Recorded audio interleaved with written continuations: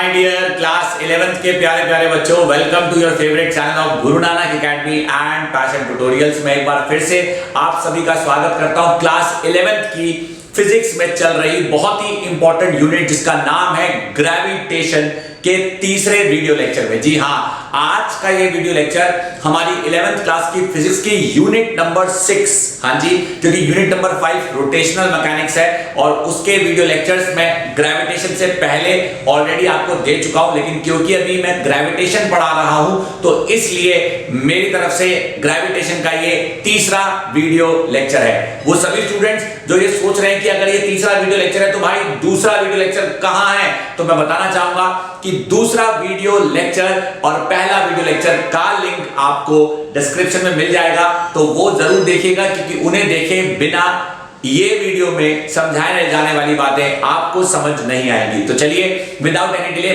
बताते हैं कि आज क्या पढ़ने जा रहे हैं। डियर स्टूडेंट्स, आज का जो टॉपिक है वो पुरानी बातों से रिलेटेड जरूर है, लेकिन अपने आप में एक ताजा टॉपिक है, एक नया टॉपिक है जिसको समझने में आपको आसानी होगी और टॉपिक बहुत आसान है।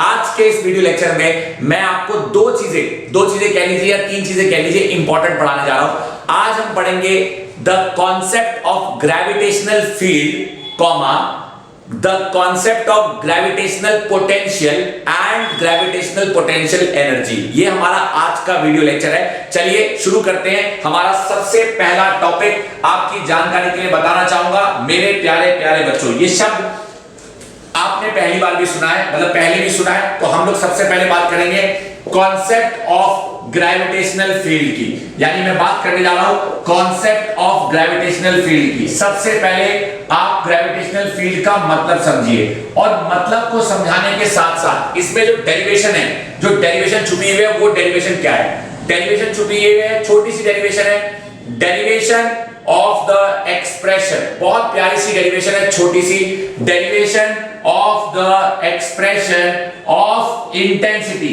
Derivation of the expression of intensity of gravitational field. यानी ग्रेविटेशनल फील्ड की हम इंटेंसिटी की बात कर रहे हैं कि भाई ग्रेविटेशनल फील्ड आपकी इंटेंसिटी क्या होती है और आपकी इंटेंसिटी का अनुमान कैसे लगाया जाता है। तो सबसे पहले आप ये समझो बच्चों कि ग्रेविटेशनल फील्ड होती क्या है। क्या आपने फुटबॉल फील्ड नहीं सुना?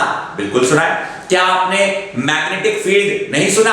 बिल्कुल सुना है। क्या आपने इलेक्ट्रिक फील्ड नहीं सुना? बिल्कुल सुना है। जिस तरह से फुटबॉल फील्ड में फुटबॉल खेला जाता है, मैग्नेटिक फील्ड में मैग्नेट तो नहीं खेलते हैं, लेकिन मैग्नेटिक फील्ड का मतलब चुंबक के आसपास का वो इलाका जिस इलाके में अगर कोई भी मटेरियल आता है तो उस मटेरियल के ऊपर चुंबक के द्वारा एक फोर्स ऑफ अट्रैक्शन या फोर्स ऑफ रिपल्शन लगेगा, डिपेंडिंग अपॉन वो मटेरियल की पोलैरिटी क्या है। अगर उस मटेरियल के पास कोई पोलैरिटी नहीं है और वो एक मेटालिक मटेरियल है तो वो ऑब्वियस सी बात है कि चुंबक के प्रति अट्रैक्ट होगा। ये आप भी जानते हो, ये मैं भी जानता हूं। ठीक उसी प्रकार एक चार्ज के आसपास का वो इलाका जिस इलाके में वो चार्ज अपने जैसे किसी दूसरे चार्ज को रेपेल कर सकता है और ऑपोजिट नेचर के चार्ज को अट्रैक्ट कर सकता है। हर कोई जानता है कि like charge repel each other, unlike charges attract each other. यानी पॉजिटिव चार्ज के इलाके में अगर मैं पॉजिटिव चार्ज ला के रखूंगा तो उसे रिपल्शन मिलेगा और उसी पॉजिटिव चार्ज के इलाके में अगर मैं नेगेटिव चार्ज ला के रखूंगा तो उसे अट्रैक्शन मिलेगा। तो वो इलाका किसका? वो इलाका चार्ज का। उस इलाके को इंग्लिश में कहा जाता है फील्ड। और क्योंकि उस इलाके में वो चार्ज अपनी इलेक्ट्रिकल प्रॉपर्टीज शो कर रहा है इसलिए उसे कहते हैं इलेक्ट्रिकल फील्ड। ठीक उसी प्रकार कोई भी प्लैनेट या कोई भी बड़ी बॉडी, क्योंकि हम लोग अभी पृथ्वी के वासी है तो हम लोग पृथ्वी की बात करते हैं, ठीक उसी प्रकार अर्थ के द्वारा या किसी भी बड़ी सी बॉडी जिसका मास m है उसके द्वारा उसके इलाके में लाकर रखी गई कोई भी बॉडी के द्वारा जो फोर्स जिस बाउंड्री के बीचों बीच एक्सपीरियंस किया जाता है उसे कहते हैं ग्रेविटेशनल फील्ड। यानी अगर ग्रेविटेशनल फील्ड की डेफिनेशन बताने पे आओ तो बहुत सिंपल तरीके से आपको बता सकता हूं। Gravitational field is defined as a space और the vicinity around a given body in which the force of gravitation by that body can be experienced. I repeat my sentence, in which the force of gravitation by that body can be experienced by a new body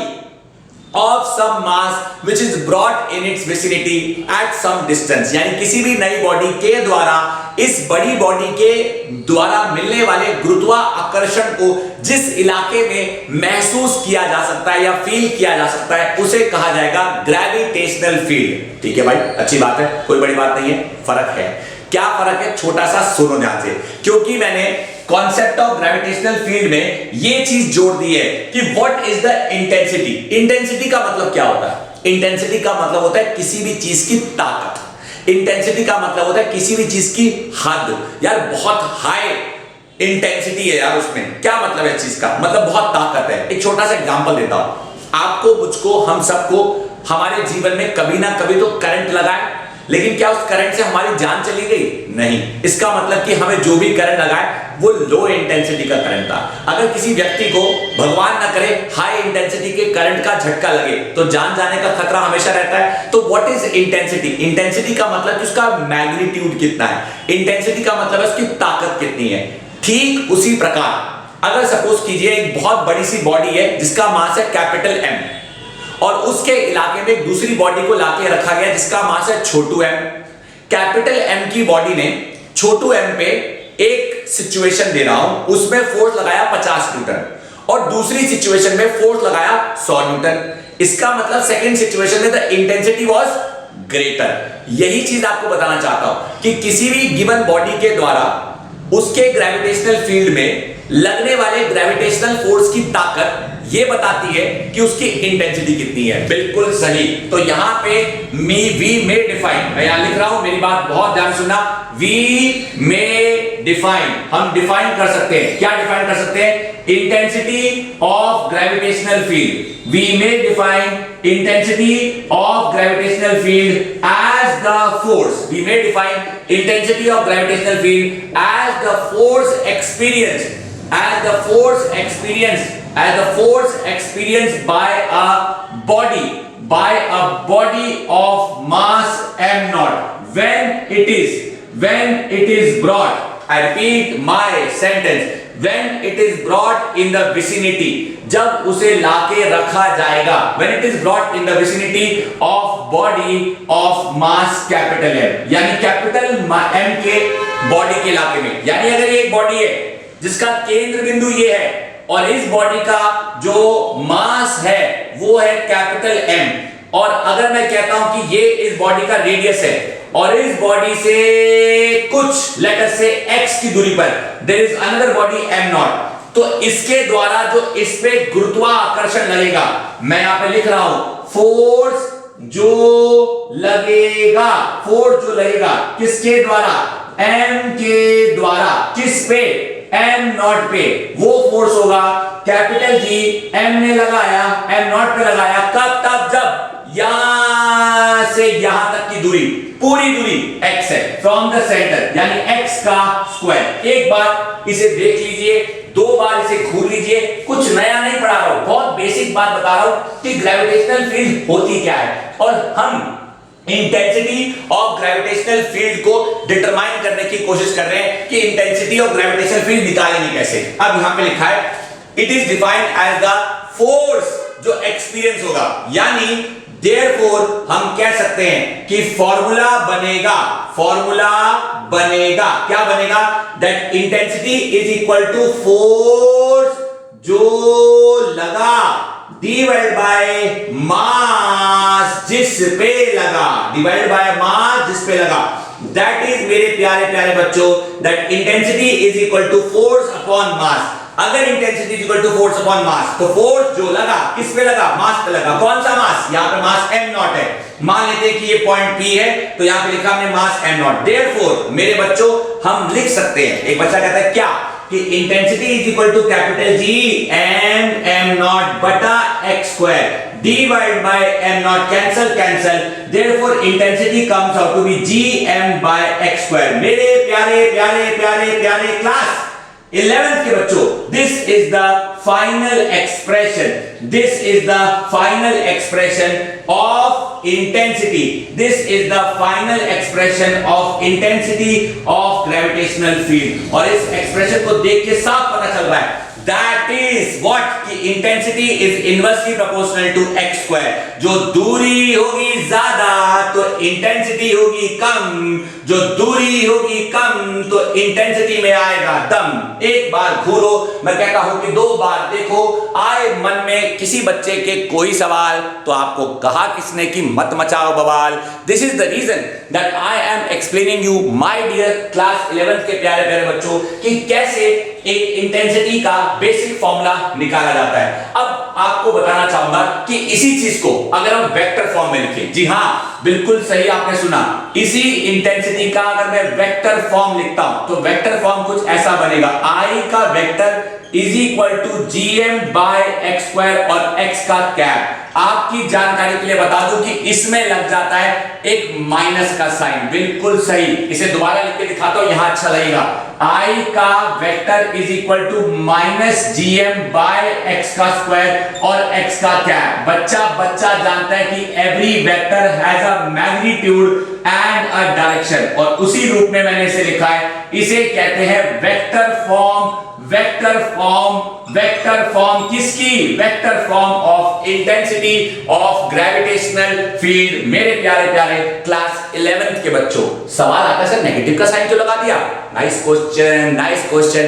the negative sign here simply means that the force which is being applied by a body of mass m on another body of mass m naught is attractive in nature। Obviously बात है, गुरुत्वाकर्षण attractive force है, ये आप भी जानते हो, ये मैं भी जानता हूं, और हमें ये चीज पता होनी चाहिए कि गुरुत्वाकर्षण का जो फोर्स होता है वो अट्रैक्टिव फोर्स होता है। आई होप इतनी बात आपको समझ आई। अब इसी से रिलेटेड कुछ और बातें आपको बताने की कोशिश करता हूं, वो बातें क्या हैं। आइए, इतना अगर आपने अच्छे से देख लिया है तो आपको समझ आ चुका है। अब इसी फॉर्मूले के साथ थोड़ा सा हम खेल खेलते हैं। This is something very very important मेरे प्यारे प्यारे क्लास 11th के बच्चों। अब मैं आपको बताता हूं इसके साथ क्या खेल खेला जा सकता है। खेल इन द सेंस कि कुछ और छोटी छोटी चीजें हैं जो मैं बताना चाहूंगा, जो आपको पता होनी चाहिए ताकि आपको अपने दिमाग में ये चीजें बैठ जाए। अब वो चीजें क्या है यहां मैं लिख देता हूं। सबसे पहली चीज मैंने लिखी जनरल फॉर्मूला, मैंने यहां पे लिख दिया general formula of intensity of gravitational field. General formula of intensity, किसका जनरल फॉर्मूला? ऑफ इंटेंसिटी का। अरे किसकी इंटेंसिटी? ग्रेविटेशनल फील्ड की intensity. General formula of intensity of gravitational field क्या निकल कर आया? I is equal to G M बटा X square.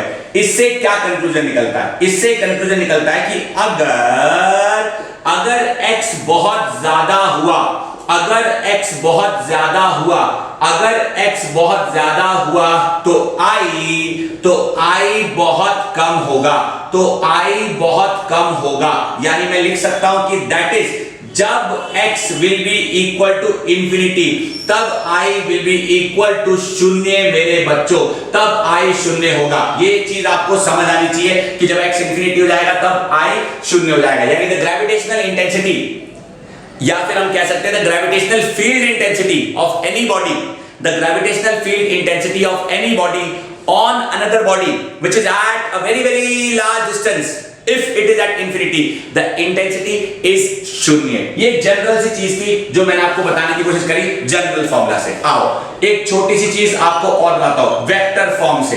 Vector form of intensity की अगर मैं बात करूं, वेक्टर फॉर्म से हमें क्या सीखने को मिला? Vector form of intensity of gravitational field, यानी ग्रेविटेशनल फील्ड ऑफ इंटेंसिटी, यानी इंटेंसिटी ऑफ ग्रेविटेशनल फील्ड के अगर मैं वेक्टर फॉर्म की बात करूं तो वेक्टर फॉर्म से हमें सीखने को मिला I का vector is equal to GM बटा एक्स स्क्वायर, माइनस का साइन लगाया और एक्स कैप लगाया। यहां बताना चाहूंगा मेरे प्यारे प्यारे बच्चों, ये एक छोटी सी इंपॉर्टेंट सी बात है जो आपको पता होनी चाहिए। here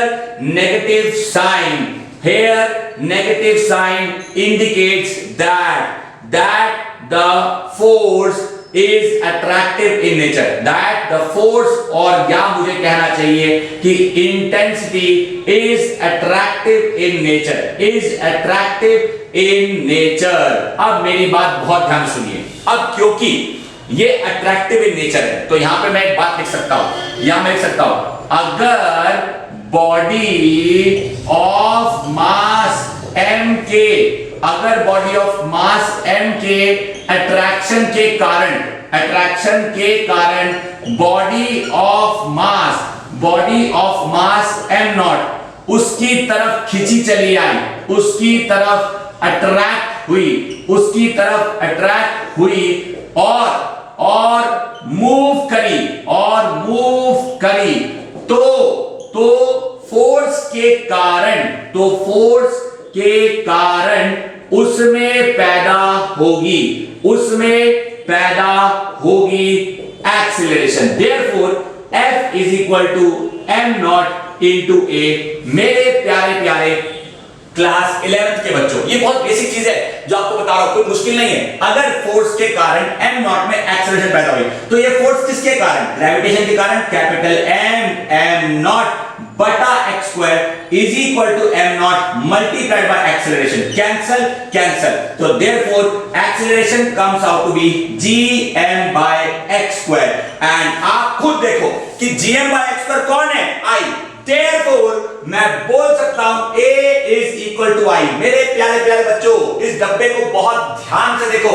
इस डब्बे में A is equal to I बराबर आना एक बहुत अच्छा कंक्लूजन है। एक बच्चा कहता है कंक्लूजन है, क्या कंक्लूजन है? अरे बहुत प्यारा कंक्लूजन है। कंक्लूजन बस इस बात का, इट मींस, हाँ सही सुन रहे हो, it means that the gravitational field intensity is equal to the acceleration produced in a body. Gravitational field intensity is equal to the acceleration produced in a body of mass m naught which is kept at some distance x from a body of mass m। यानी capital M मास की body से अगर कुछ दूरी पर एक body रख दी जाए तो उस बॉडी में जो एक्सेलरेशन पैदा होगी उसी एक्सेलरेशन के बराबर उसकी इंटेंसिटी होगी। क्योंकि यहाँ पे छोटू m तो कंसीडर वैसे भी नहीं हो रहा, इसका मतलब उसका मास यूनिट मास माना जाएगा, मतलब महज 1 kg। अब बात करते हैं यूनिट की। चलिए बात करते हैं यूनिट की। तो उस हिसाब से अगर देखा जाए तो बहुत सिंपल शब्दों में कहूंगा, unit of gravitational field intensity comes out to be metre per square, और हम कह सकते हैं न्यूटन पर केजी। मेरे प्यारे क्लास 11th के बच्चों, इसलिए मैं स्क्रीन के आगे से हट जाता हूं ताकि मेरे द्वारा बताई जाने वाली सारी बातें, मेरे द्वारा लिखवाई जाने वाली सारी बातें आपको अच्छे से नजर आए और आपको कॉन्सेप्ट समझ आए। This is something very important मेरे प्यारे बच्चों, ये आपके लिए बहुत इंपॉर्टेंट है। अब सवाल आता है सर, इसके बेसिस पे हम क्या सीख सकते हैं? देखो भाई, ग्रेविटेशनल फील्ड मतलब किसी भी प्लैनेट के आसपास का इलाका, और उस इलाके में जो भी नई बॉडी आएगी उस पे जो फोर्स वो बॉडी एक्सपीरियंस करेगी, वो फोर्स अगर ज्यादा हुआ तो समझो फोर्स लगाने वाले प्लैनेट की इंटेंसिटी ज्यादा है। उसी को तो कहा जाएगा गुरुत्वाकर्षण के क्षेत्र का मापदंड की ताकत, यानी ग्रेविटेशनल फील्ड इंटेंसिटी। और क्योंकि हम ये मान के चल रहे हैं कि आपके फोर्स और अट्रैक्शन के कारण जो बॉडी है वो अट्रैक्ट हो रही है, इसका मतलब कहीं ना कहीं उस बॉडी के ऊपर कुछ तो वर्क डन हो रहा है। ऑब्वियसली बात है, जब बॉडी पे फोर्स लग रहा है और फोर्स लगकर वो अट्रैक्ट हो रही है और हम ये कह रहे हैं कि उसमें एक्सीलरेशन पैदा हो रही है। अगर हम 2 मिनट के लिए मान लें कि उसमें एक्सीलरेशन पैदा नहीं हो रही, केवल और केवल उसमें फोर्स लग रहा है, तो वो एक कांस्टेंट वेलोसिटी के साथ खींची चली आ रही है। अगर कोई बॉडी किसी बड़ी बॉडी के द्वारा कांस्टेंट वेलोसिटी के साथ खींची चली आती है तो सामने से आने वाली जो बॉडी है उस बॉडी के ऊपर इस बड़ी बॉडी ने कुछ तो वर्क डन किया ना। दिस वर्क डन बाय बड़ी body on the smaller body to attract it, to bring it from very दूरी टू सम पास दूरी, यानी दूर से अपनी तरफ लाने के लिए जो भी किया जाएगा काम, उस काम को इंग्लिश में कहा जाएगा वर्क डन। सब जानते हैं, वर्क एनर्जी पावर चैप्टर आपने पढ़ा है। एक बच्चा कहता है सर सीधा पॉइंट पे आओ, आप कहना क्या चाहते हो? बिल्कुल सही। इस वीडियो लेक्चर में ग्रेविटेशनल फील्ड इंटेंसिटी के टॉपिक के बाद मेरे द्वारा पढ़ाया जाने वाला दूसरा टॉपिक, जिसे हम कहते हैं ग्रेविटेशनल पोटेंशियल। सही सुना। आइए शुरू करते हैं अगला टॉपिक, जिसे हम कहते हैं ग्रेविटेशनल पोटेंशियल। यानी सर आप क्या ये कहना चाहते हो कि कॉन्सेप्ट ऑफ ग्रेविटेशनल फील्ड खत्म? हाँ मेरे बच्चों, कॉन्सेप्ट ऑफ ग्रेविटेशनल फील्ड खत्म। अब हम करने जा रहे हैं concept of gravitational potential and its derivation. तो चलिए विदाउट एनी डिले सीधा शुरू करते हैं एक प्यारी सी डेरिवेशन, जिसे हम कहते हैं concept of gravitational potential. Concept of gravitational potential मेरे प्यारे प्यारे बच्चों, concept of gravitational potential and its derivation, यानी हम उसकी डेरिवेशन की बात कर रहे हैं। हम ग्रेविटेशनल फील्ड का कॉन्सेप्ट आपको पढ़ाएंगे और उसकी डेरिवेशन करेंगे। सवाल आता है सर ग्रेविटेशनल पोटेंशियल है क्या? आओ डेफिनेशन की बात करता हूं। बहुत प्यारी डेफिनेशन है, आपको पता होनी चाहिए कि डेफिनेशन क्या कहती है। ये देखिए मैं यहां पे लिख रहा हूं, gravitational potential is defined, gravitational potential is defined as the amount of work done, is defined as the amount of work done, is defined as the amount of work done in bringing a body of mass Chhotu m from very far to some point within the gravitational field without any acceleration। यानी हम ये मान के चल रहे हैं कि जो भी बॉडी आ रही है वो कांस्टेंट वेलोसिटी से आ रही है विदाउट एनी एक्सेलरेशन। देखो पहले पूरी डेफिनेशन को अच्छे से घूरो, आपके सामने जो ये डेफिनेशन है आपको डेफिनेशन ही अच्छे से नजर आनी चाहिए। अगर डेफिनेशन ही अच्छे से नजर नहीं आएगी तो चीजें समझ कहां से आएंगी? This is the reason that I am explaining you the definition, that it is the amount of work done in bringing a body of mass m naught from infinity की जगह मैंने लिखा है from very far to some point within the gravitational field without any acceleration। यानी बहुत simple शब्दों में हम कह सकते हैं कि ग्रेविटेशनल पोटेंशियल कुछ नया नहीं है, ये सिर्फ काम है। मैं यहां लिख रहा हूं, ये कुछ नया नहीं है। ग्रेविटेशनल पोटेंशियल इज नॉट नया, इट इज इक्वल टू वो काम जो किया गया डिवाइडेड बाय जिस पे किया गया। ये ठीक क्लास 10th में पढ़ाए गए इस टॉपिक की तरह है, इलेक्ट्रिक पोटेंशियल। अगर आपको याद हो, इलेक्ट्रिक पोटेंशियल था हमारा voltage and it was equal to work done जो किया गया और नीचे जिस पे किया गया। तो ये वर्क डन चार्ज पे किया जा रहा था, ये वर्क डन मास पे किया जा रहा है। Therefore, gravitational potential is equal to W upon m naught। यानी W की यूनिट हो गई जूल्स और m naught की यूनिट हो गई kg। Therefore, potential की यूनिट हो गई जूल्स पर kg। मेरे प्यारे 11th क्लास के बच्चों, जो है मैंने बताया इसे एक बार देखो, इसे एक बार घूरो। आओ बात करते हैं डेरिवेशन की। डेरिवेशन कैसे करेंगे ये देखिए। लेट अस से कि हमारे पास ये एक बॉडी है और ये इसका सेंटर है, और लेट अस से कि सेंटर से कुछ दूरी पर एक पॉइंट है P, और पॉइंट P की जो दूरी है वो है स्मॉल r, और यहां से लेके यहां तक की जो दूरी है वो कैपिटल R। और साफ साफ पता चल रहा है कि small r is greater then capital R, क्योंकि पॉइंट P बाहर है। अब ये वाली बॉडी जिसका मास है m, वो चाहती है कि उसके गुरुत्वाकर्षण से लेट अस से पॉइंट Q से कोई बॉडी यहां आ जाए, और लेट अस से पॉइंट Q इंफिनिटी पर है, और पॉइंट Q से लेट अस से बॉडी को मैंने m मूव किया। लेट अस से this is the small distance dx, this is the small distance dx, और इंफिनिटी से हम कहां आना चाहते हैं उसे r पे। तो मैं यहां पे लिखूंगा, क्या लिखूंगा? Let dw be the small amount of work done. मेरे प्यारे बच्चों पहले समझो, let dw be the small amount of work done by a body of mass m in bringing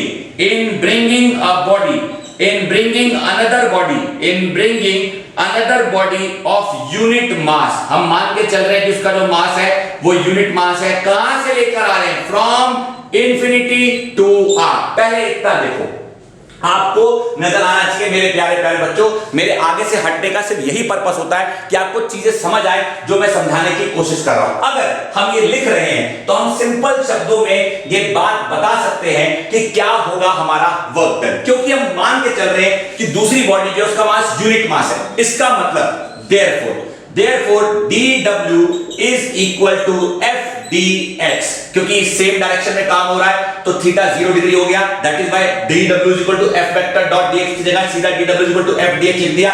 अब f क्या है?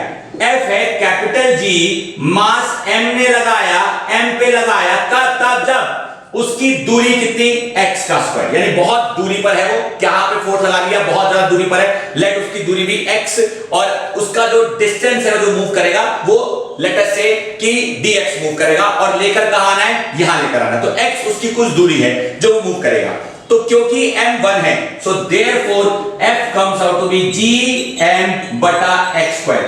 नाउ मेरे बच्चों dw is equal to f dx, so therefore dw is equal to gm by x square dx। याद रखना यहां पे x महज एक सिंबल है, यहां महज x एक सिंबल है, दूरी है। वो दूरी कहां से वेरी कर रही है? इंफिनिटी से r, क्योंकि शुरुआत कहां से कर रहे हैं? इंफिनिटी से, लेकर कहां आ रहे हैं? r। तो यहां पे x महज एक सिंबल है, तो हमने लिखा dw equal to f dx, f की जगह gm by x square dx। अब मुझे नेट वर्क डन निकालना है। नेट वर्क डन निकालने के लिए मैं इंटीग्रेट करूंगा, सुनिए ध्यान से, integration of work done is equal to integration of gm by x square with respect to dx from x is equal to infinity to x is equal to r।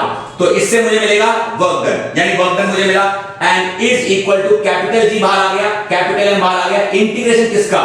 1 upon x square का, किसके साथ? dx के साथ। कहां से? Infinity से लेके r तक। सो देयरफॉर मेरे बच्चों w comes out to be gm, इसका इंटीग्रेशन करा तो मेरे पास क्या आ गया?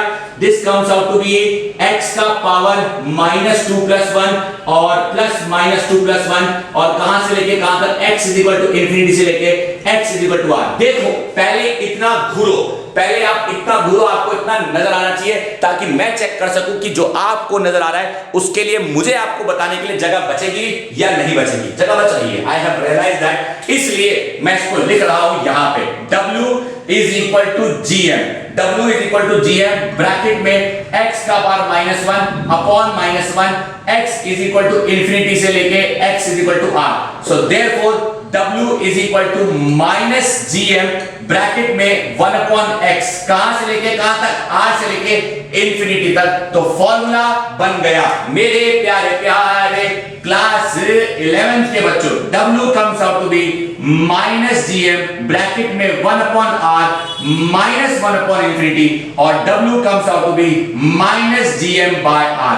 This is the final expression, this is the final expression of वो काम जो स्टोर हो जाता है, वो काम जो स्टोर हो जाता है, वो काम जो स्टोर हो जाता है इन the form of gravitational potential. इसलिए मेरे प्यारे प्यारे 11th क्लास के बच्चों, एक बार घूरो, आपके सामने जो फॉर्मूला बन कर आया है, ये फॉर्मूला है -gm by r, -gm by r, यानी साफ साफ पता चल रहा है that gravitational potential at a given point is negative, which means that, which refers that, which explains that this work done is negative। ये किसी बॉडी को अट्रैक्ट करने की कोशिश कर रहा है और यही चीज मैंने आपको समझाने की कोशिश करी है मेरे प्यारे प्यारे बच्चों। ये बहुत इंपॉर्टेंट है, आपके सामने ग्रेविटेशनल पोटेंशियल का एक्सप्रेशन आ चुका है, W is equal to -gm by r।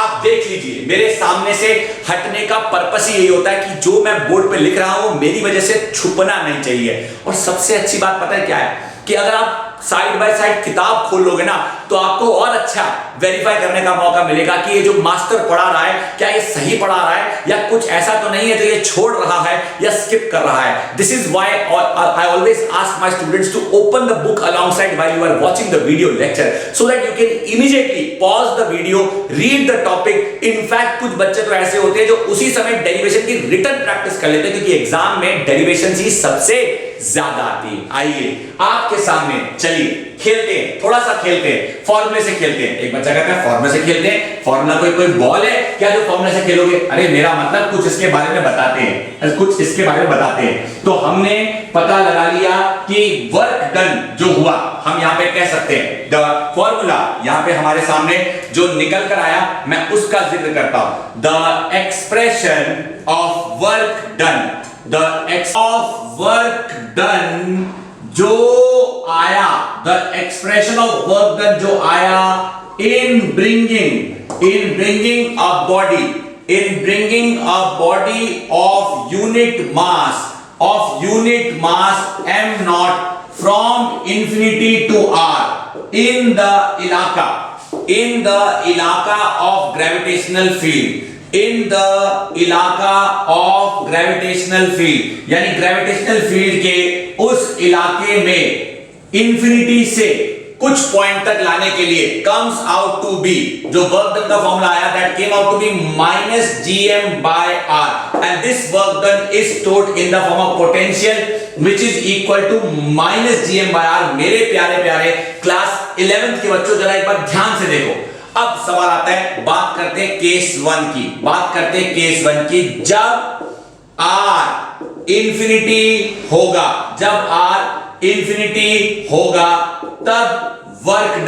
तब वर्क डन शून्य होगा। ये तो कॉमन सेंस की बात है कि जब बहुत दूर होगा। अब बात करते हैं केस 2 की।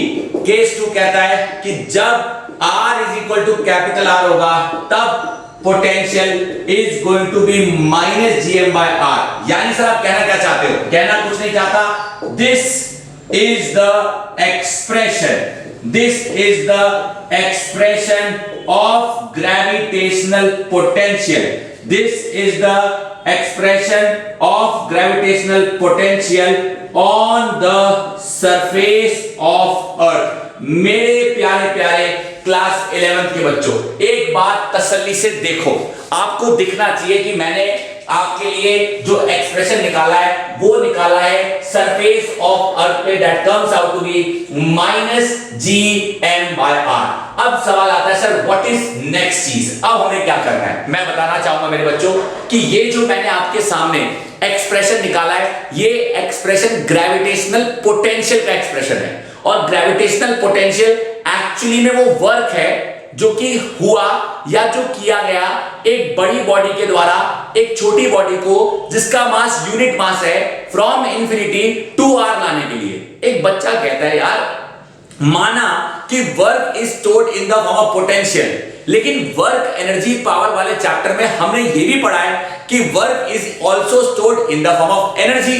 तो यही ग्रेविटेशनल पोटेंशियल, सुनना मेरी बात ध्यान से, यही ग्रेविटेशनल पोटेंशियल को हम अब ग्रेविटेशनल पोटेंशियल एनर्जी की फॉर्म में भी एक्सप्रेस कर सकते हैं। एक बच्चा कहता है मतलब आप कहना क्या चाहते हो कि ग्रेविटेशनल पोटेंशियल एनर्जी क्या ग्रेविटेशनल पोटेंशियल से रिलेटेड है? ऑब्वियस सी बात है। चलिए अब जानते हैं the concept of gravitational potential energy. My dear 11th class के प्यारे प्यारे बच्चों, इस वीडियो में मैंने शुरुआत में ही आपको बता दिया था कि मैं 3 टॉपिक्स का जिक्र करूंगा। पहला ग्रेविटेशनल फील्ड, दूसरा ग्रेविटेशनल पोटेंशियल, और अब आपको बताने जा रहा हूं तीसरा टॉपिक जिसे हम कहते हैं ग्रेविटेशनल पोटेंशियल एनर्जी। तो चलिए अब जानते हैं कि ग्रेविटेशनल पोटेंशियल एनर्जी का कॉन्सेप्ट हमें क्या समझाने जा रहा है। This is something very interesting and very important. अब कुछ नया है नहीं वैसे, लेकिन एक बहुत इंपॉर्टेंट बात है जो आपको समझनी है। Concept of gravitational potential energy and its derivation. जी हां, ये भी एक डेरिवेशन है जो कि एग्जाम में पूछी जा सकती है। Concept of gravitational potential energy and its derivation. अब पहले मेरी बात सुनो, उसके बाद आपको चीजें ज्यादा अच्छी समझ आएंगी। पहले जानो कि सुनना क्या है। क्या पोटेंशियल एनर्जी आपने आज से पहले नहीं सुना है? बिल्कुल सुना है। क्या काइनेटिक एनर्जी आपने आज से पहले नहीं सुना है? बिल्कुल सुना है। Kinetic energy is the energy possessed by a body by the virtue of its velocity. Potential energy is the energy possessed by the body by the virtue of its position or change in position. थोड़ी देर पहले हमने क्या पढ़ा था? हमने पढ़ा था concept of gravitational potential. क्या था कॉन्सेप्ट ऑफ ग्रेविटेशनल पोटेंशियल? एक बड़ी सी बॉडी जिसका मास m है, वो अपने अट्रैक्टिव फोर्स की ताकत से एक दूसरी बॉडी जिसका मास हमने यूनिट माना, उसे इंफिनिटी से अपने पास लेकर आ रही है। एक बात बताओ, अगर एक बॉडी अपने अट्रैक्टिव फोर्स से एक बॉडी को इंफिनिटी से अपने किसी इलाके में लेकर आ रही है, तो इसका मतलब कि इस बड़ी बॉडी को उस पे फोर्स लगाना पड़ रहा है। अगर फोर्स अप्लाई हो रहा है तो मतलब वर्क डन हो रहा है, और जो वर्क डन हो रहा है वो work done is stored in the form of potential. ये एक नजरिए से एक बात आपको समझ आई, लेकिन इसी बात को मैं ऐसा भी तो बोल सकता था कि this work done is stored in the form of energy. अब मतलब क्या है इस बात का? एक छोटा सा एग्जांपल देता हूं। एक बड़ी सी बॉडी है जिसका मास है m, और एक बहुत दूर एक बॉडी है जहां पे इसका फोर्स नहीं लग रहा। फॉर एग्जाम्पल इसका फोर्स नहीं लग रहा। अगर इसका फोर्स नहीं लग रहा तो जो बॉडी बहुत दूर बैठी है, क्या उसकी पोजीशन में कोई बदलाव आएगा? एक बच्चा कहता है जब फोर्स नहीं लग रहा तो ये अट्रैक्ट नहीं करेगी, ये अट्रैक्ट नहीं करेगी तो उसकी पोजीशन में बदलाव नहीं आएगा। जब उसकी पोजीशन में बदलाव नहीं आएगा तो इसका मतलब उसके पास कोई पोटेंशियल एनर्जी नहीं है। बात समझे? क्योंकि पोटेंशियल एनर्जी का मतलब क्या होता है? Energy possessed by a body by the virtue of its position और by the virtue of change in position। या तो बॉडी के पास कोई पोजीशन में बदलाव आए तो उसके पास पोटेंशियल एनर्जी होगी। अब जो बॉडी जहां बैठी है उसकी पोजीशन तो फिक्स्ड है, यानी उसकी पोजीशन में कोई बदलाव अभी आया ही नहीं, तो उसे हम कहते हैं zero level of potential energy. उस बॉडी के लिए जो बहुत दूर बैठी है इंफिनिटी पे। अब मान लो कि इस बॉडी ने उस बॉडी पे कुछ काम किया, अपना गुरुत्वाकर्षण लगाया, जिसके कारण वो बॉडी खींची चली आई। वर्क डन तो करेंगे तो अट्रैक्शन तो आएगा। हम बात कर रहे थे इनिशियल स्टेट की, जब काम शुरू नहीं हुआ था। जब काम शुरू नहीं हुआ तो फोर्स नहीं लगा, फोर्स नहीं लगा तो पोजीशन में बदलाव नहीं आया, पोजीशन में बदलाव नहीं आया तो जहां वो पहले बैठी थी वही बैठी रहेगी। इसका मतलब जहां पे बॉडी मौजूद है वो बन जाएगा उसका zero level of potential energy, यानी वहां कोई काम अभी हुआ ही नहीं है क्योंकि काम शुरू नहीं हुआ। अब जब काम शुरू होगा तो कुछ तो पोजीशन में बदलाव आएगा। एक बच्चा कहता है ऑब्वियस सी बात है, जब आप वर्क डन करोगे तो डिस्प्लेसमेंट तो आएगी ना। हाँ, मैंने कब कहा नहीं आएगी? वर्क डन किया, डिस्प्लेसमेंट आई, यानी पोजीशन में बदलाव आया। क्योंकि पोजीशन में बदलाव आया तो इसका मतलब कि बॉडी के पास कुछ तो potential energy I. This potential energy is basically that energy which the body gets by the amount of work done on it। एक बात तो वही आ गई। पहले मैं बोल रहा था work done is stored in the form of potential, अब बोल रहा हूं work done is stored in the form of potential energy। एक छोटा सा फर्क और है। पहले हम बात कर रहे थे यूनिट मास की, अब मैं यूनिट मास नहीं ले रहा हूं, बस यही एक छोटा सा फर्क है, बाकी सब कुछ सेम है। देखो क्या, एक छोटा सा एग्जांपल। भाई मान लीजिए कि एक बॉडी है और इस बॉडी का ये सेंटर है और यहां से लेके यहां तक इसका रेडियस है।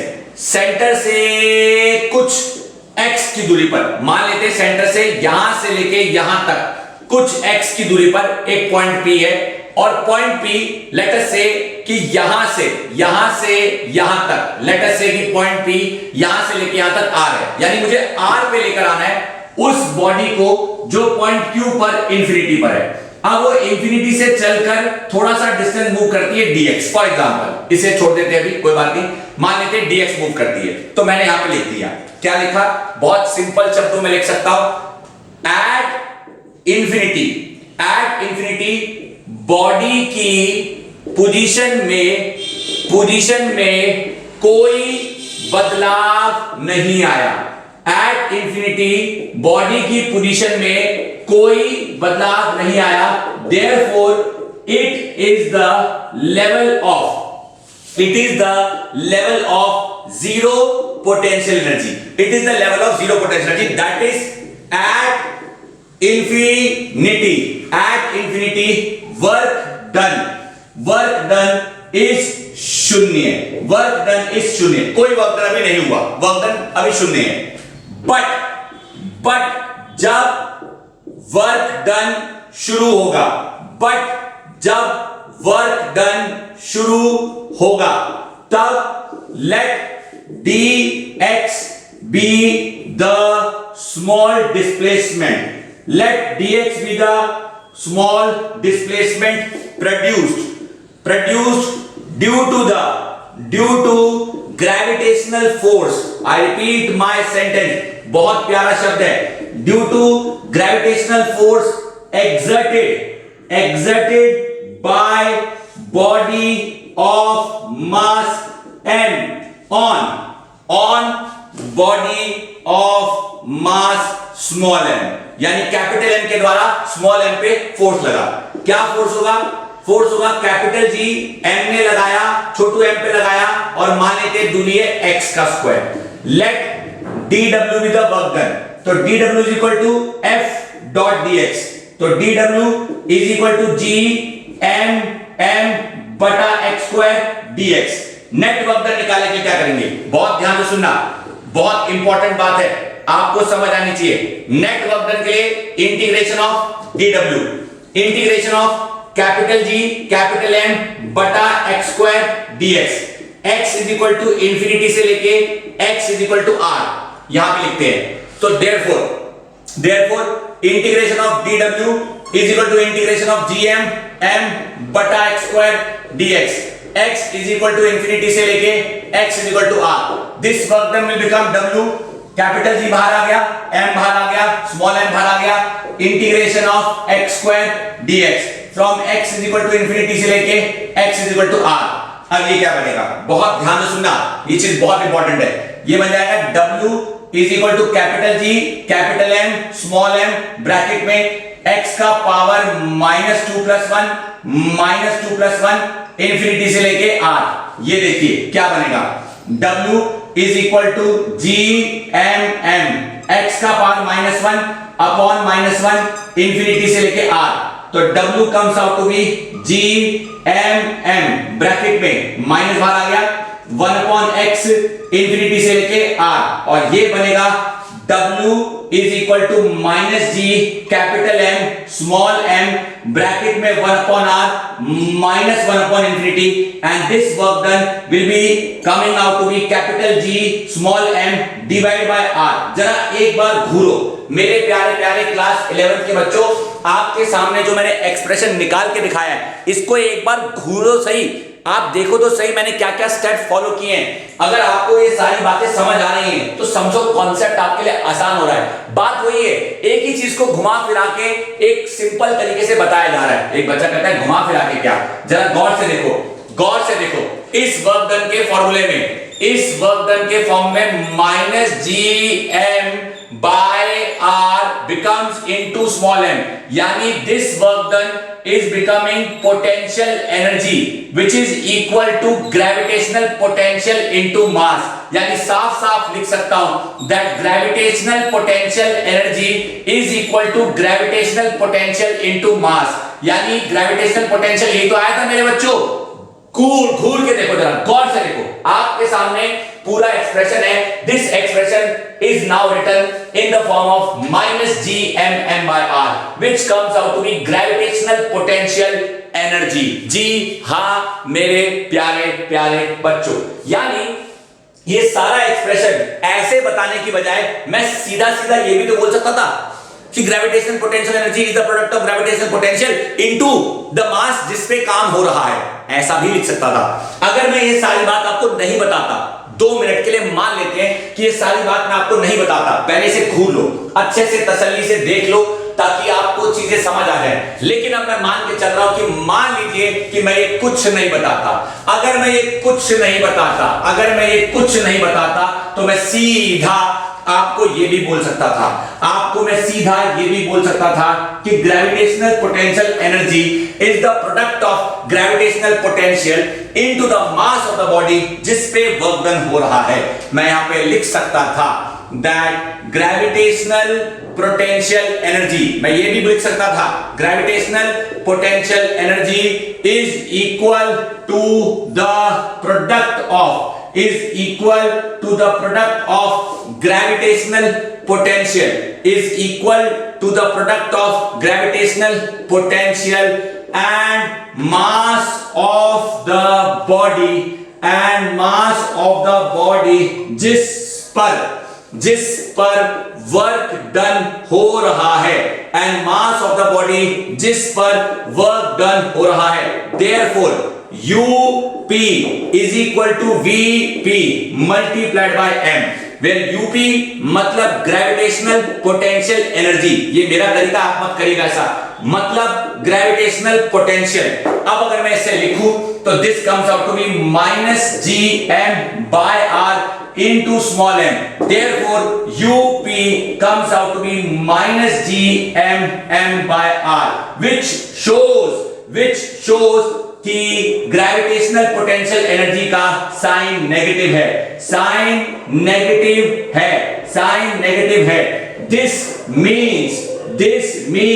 This means that it is attractive in nature. This means कि ये पूरी तरह से attractive in nature है। मेरे प्यारे 11th क्लास के बच्चों, एक बार पूरे एक्सप्रेशन को अच्छे से घूरो ताकि आपको चीजें समझ आए कि एग्जैक्टली मैं आपको बताने की कोशिश क्या कर रहा हूं। एक चीज का ध्यान रखना, जैसे जैसे R बढ़ेगा वैसे वैसे पोटेंशियल एनर्जी कम होगी, यानी जैसे जैसे R में आएगा दम वैसे वैसे पोटेंशियल एनर्जी होगी कम, जैसे जैसे R होगा कम वैसे वैसे पोटेंशियल एनर्जी में होगा दम। दैट इज मैं लिख सकता हूं कि जब R इंफिनिटी होगा तब ग्रेविटेशनल पोटेंशियल एनर्जी शून्य हो जाएगी। दैट इज हम कह सकते हैं कि मैक्सिमम हो जाएगी। एक बच्चा कहता है मैक्सिमम हो जाएगी, मतलब यार बच्चों यहां पे नेगेटिव है ना, आप जितना पास आ रहे हो उतना पोटेंशियल एनर्जी नेगेटिव है। एक बच्चा कहता है ऐसा क्यों? एक बात बताओ, अगर आप मुझे खींच रहे हो और मैं आपके पास आ रहा हूं तो आपका काम आसान कब होगा? जब मैं आपके पास ऑलरेडी होऊंगा या जब मैं आपसे बहुत दूर होऊंगा? जब मैं आपसे बहुत दूर होऊंगा तब तो आपका काम शून्य। अब जैसे जैसे मैं आपके पास आ रहा हूं काम बढ़ रहा है या घट रहा है? क्यों? क्योंकि पास बुलाने में तो काम ऑलरेडी हो रहा है। इसका मतलब the potential energy is negative when the object is more closer. मतलब आओ एक और तरीके से बताता हूं इसी चीज को। आइए यहां से इसे हटाता हूं और यहां पे एक छोटी सी चीज और बताता हूं जो कि इंपॉर्टेंट है, सुनिएगा। मैं यहां पे लिख रहा हूं, let a body be moved from some position. कोई बॉडी को मूव किया गया from some position R1 to a new position R2, so therefore work done now will be वापिस से वही dW is equal to F dx, सारी राम कहानी करके मेरे पास आ जाएगा आपका gravitational potential energy -GM bracket में 1/R final -1/R initial, final minus initial, और ये माइनस का साइन आ गया। That is UP comes out to be GMM, minus का साइन ब्रैकेट में 1/R2 -1/R1।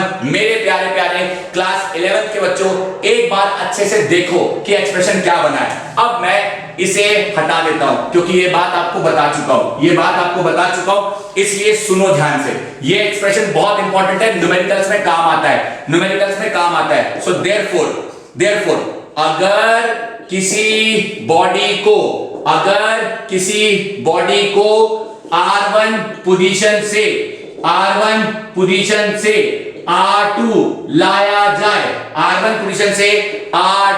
लाया जाए, तब जो ऊर्जा खर्च होती है, that is gravitational potential energy, that comes out to be -GM bracket में 1/R2 -1/R1।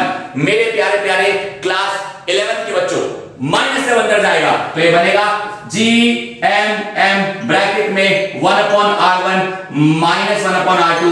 मेरे प्यारे प्यारे बच्चों, जरा एक बार पूरा एक्सप्रेशन अच्छे से घूरो, आपको चीजें समझ आनी चाहिए कि एग्जैक्टली मैं आपको समझाने की कोशिश क्या कर रहा हूं, एग्जैक्टली कॉन्सेप्ट क्या चल रहा है। पल्ले तो तभी पड़ेगा ना जब चीजों को आप ध्यान से समझोगे।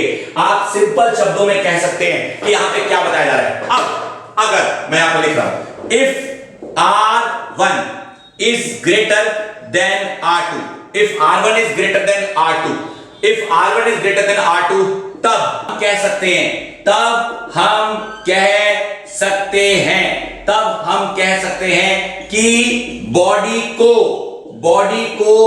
अर्थ के पास लाया गया है, अर्थ के पास लाया गया है, क्योंकि R1 इनिशियल पोजीशन थी और R2 final to a new position R2 final position थी। तो अगर मैं कहता हूं कि initial is greater than final, then मतलब बॉडी पास आई है, देन मतलब बॉडी पास आई है। अगर बॉडी पास आई है देन ग्रेविटेशनल पोटेंशियल एनर्जी जो कि ये है GMM ब्रैकेट में 1/R1 minus R2 will come out to be negative, obviously बात है।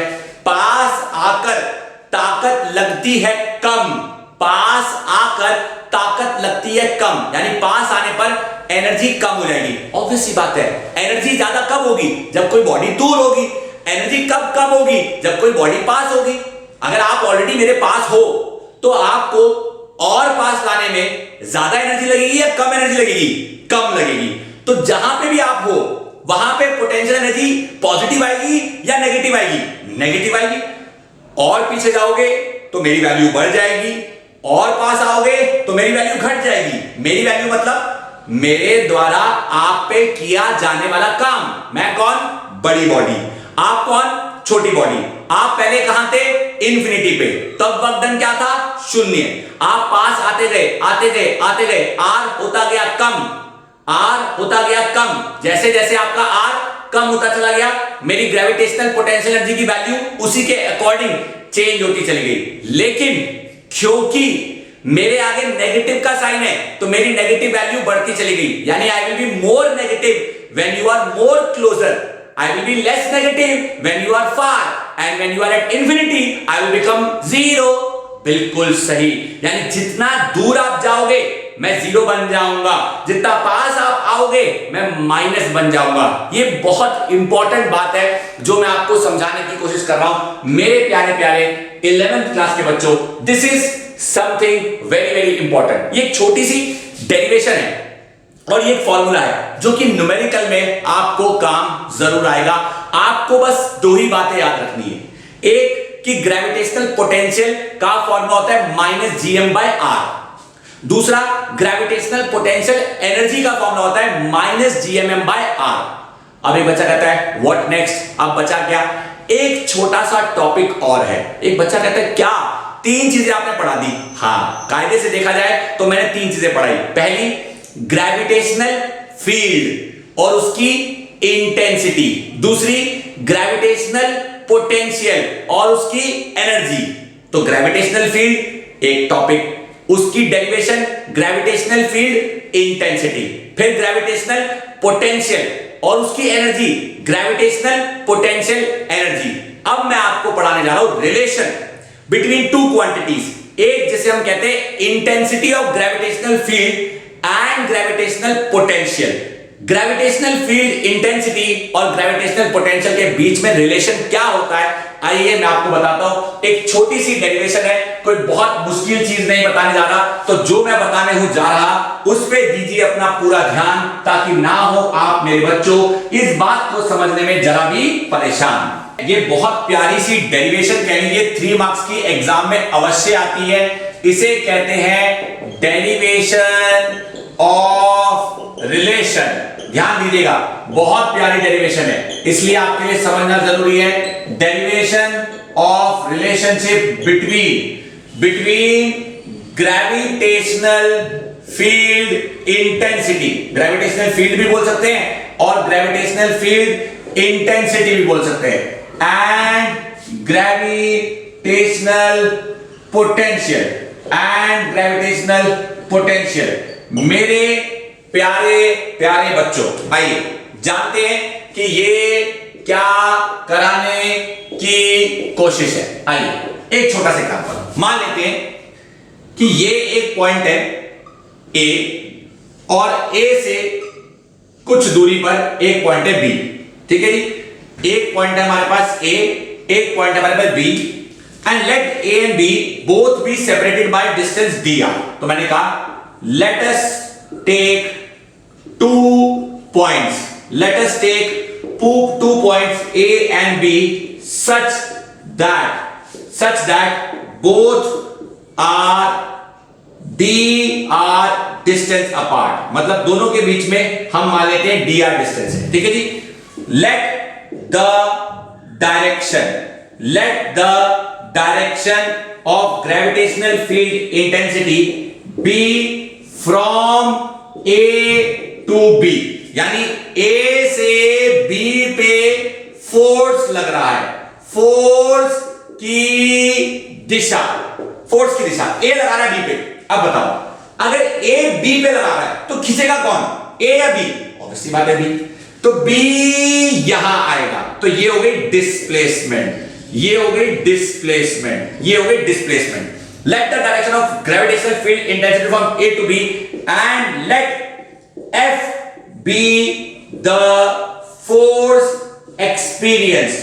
Let F be the force experienced by a body of mass Chhotu m placed at B. Placed at B. तो हम कह सकते हैं therefore intensity is equal to F बटा m और F is equal to mi। मेरे प्यारे प्यारे क्लास 11th के बच्चों, इस F की वजह से आप ध्यान से देखिए, मेरी बात ध्यान से सुनना। Let dr be the displacement, let dr be the displacement due to F from B to A। Therefore dw is equal to F का वेक्टर डॉट dr का vector. dw is equal to F dr cos theta। dw is equal to F dr cos 180। Why 180? खुद सोचो, force कहां लगा? इस तरफ। Displacement कहां है? इस तरफ। क्योंकि खींच कौन रहा है? A। किसको खींच रहा है? B को। किस तरफ? अपनी तरफ। Therefore dw is equal to mi dr minus 1 और dw is equal to minus mi dr। अब मेरे बच्चों ध्यान से देखो, जो मैं बोल रहा हूं बहुत इंपॉर्टेंट है, बहुत इंपॉर्टेंट। इस dw और माइनस m में क्या मैं लिख सकता हूं? dw बटा m is equal to minus i dr। अब dw बटा m क्या चीज है? Work done per unit mass. Work done per unit charge क्या था? Electric potential. Work done per unit charge था इलेक्ट्रिक पोटेंशियल, तो work done per unit mass क्या है? Gravitational potential. तो ये हो गया dv। तो dv is equal to minus I dr और i is equal to minus dv by dr। मेरे प्यारे प्यारे बच्चों, ये जो dw बाय m है, मैं लिखूंगा यहां पे वेयर dw बाय m मतलब है work done per unit mass. Work done per unit मास जिसे कहते हैं ग्रेविटेशनल पोटेंशियल, जिसे कहते हैं ग्रेविटेशनल पोटेंशियल। ऑलरेडी बता चुका हूं, क्योंकि इसे कहते हैं ग्रेविटेशनल पोटेंशियल, तो इसकी जगह मैंने सीधा v लिख दिया, dv लिख दिया, क्योंकि बदलाव ऑफ वर्क डन तो बदलाव ऑफ पोटेंशियल। तो मुझे मिला i is equal to minus dv by dr। मेरे प्यारे प्यारे बच्चों 11th क्लास के एक बार घूरो, अच्छे से घूरो। तो i is equal to minus dv by dr के इस एक्सप्रेशन को देखकर हम क्या कह सकते हैं? इस एक्सप्रेशन को देखकर हम साफ साफ कह सकते हैं कि ग्रेविटेशनल फील्ड इंटेंसिटी, मैं यहां लिख रहा हूं, यहां लिख देते हैं हम कह सकते हैं, हम कह सकते हैं कि gravitational field intensity is equal to the negative value किस चीज की? नेगेटिव वैल्यू ऑफ बदलाव, नेगेटिव वैल्यू ऑफ बदलाव किस चीज का? नेगेटिव वैल्यू ऑफ बदलाव of gravitational potential with respect to distance. मेरे प्यारे 11th क्लास के बच्चों, दिस इज अ 3 मार्क्स की एक बहुत ही प्यारी डेरिवेशन। इसे अच्छे से घूरो। I is equal to minus dv by dr is a very important derivation that each and every student, I repeat my sentence, each and every student must pay attention।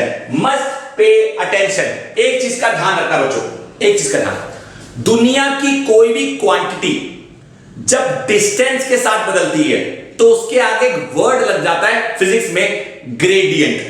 अगर velocity distance के साथ बदलेगी तो velocity gradient, अगर velocity distance के साथ बदलेगी तो वेलोसिटी ग्रेडियंट। यहां पे पोटेंशियल डिस्टेंस के साथ बदल रहा है, इसलिए मैं आपको बताना चाहूंगा, बहुत प्यारा पॉइंट है, dv by dr को कहते हैं, dv by dr को कहते हैं पोटेंशियल ग्रेडियंट। एक और नाम से इसे पुकारा जाता है पोटेंशियल ग्रेडियंट। इस नाम को आप भूलिएगा मत, ये बहुत प्यारी डेरिवेशन है मेरे प्यारे 11th क्लास के बच्चों। आगे से हट जाता हूं ताकि आप अच्छे से घूर पाओ, आप समझ पाओ, ताकि आपको स्क्रीन पे लिखी हुई सारी चीजें अच्छे से नजर आए और कॉन्सेप्ट आपको ढंग से क्लियर हो सके मेरे प्यारे क्लास 11th के बच्चों। अब मन में आपके सवाल उठ रहा होगा कि यार अगर आपने सर ग्रेविटेशनल फील्ड पढ़ा दिया, ग्रेविटेशनल पोटेंशियल पढ़ा दिया, ग्रेविटेशनल पोटेंशियल एनर्जी पढ़ा दिया, relationship between intensity and gravitational potential gradient पढ़ा दिया, तो फिर इस यूनिट में बचा क्या है? बहुत कुछ बचा है मेरे बच्चों। अभी आप बेफिक्र रहिएगा, ये सिर्फ वीडियो लेक्चर नंबर 3 था। बहुत जल्द लौट कर आऊंगा अगले वीडियो लेक्चर में नए कॉन्सेप्ट के साथ, नया टॉपिक शुरू करूंगा और नई बातें आपको बताऊंगा। वीडियो लेक्चर नंबर 4 में सारा ज्ञान दोबारा से समझाऊंगा, मतलब कि कुछ नया। आई होप कि इस वीडियो लेक्चर में मेरे द्वारा बताई गई सारी बातें या मेरे द्वारा दिया गया सारा ज्ञान आपको समझ आया होगा। So my dear 11th class के स्टूडेंट्स, दिल थाम के बैठिए और मत करिए अपना टाइम वेस्ट। है मेरी एक ही गुजारिश, चाहे आ जाए बारिश, चाहे आ जाए तूफान, आप मत करना अपना टाइम वेस्ट, वरना हो जाओगे आप परेशान। इसलिए इस वीडियो लेक्चर को अपने सभी दोस्तों के साथ शेयर करना ना भूलें, और अगर अभी तक चैनल ही सब्सक्राइब नहीं किया है तो वो भी करना ना भूलें, और अगर अभी तक वीडियो लेक्चर नंबर 1 और 2 नहीं देखा है तो जाके पहले उससे देखना था, फिर इसे देखना था। कोई बात नहीं, बाद में देख सकते हो, लेकिन पहले देखते तो फायदे में रहते। इस वीडियो लेक्चर को देखने में आपने जो अपना कीमती वक्त दिया उसके लिए मेरी तरफ से तहे दिल से शुक्रिया। थैंक यू बच्चों।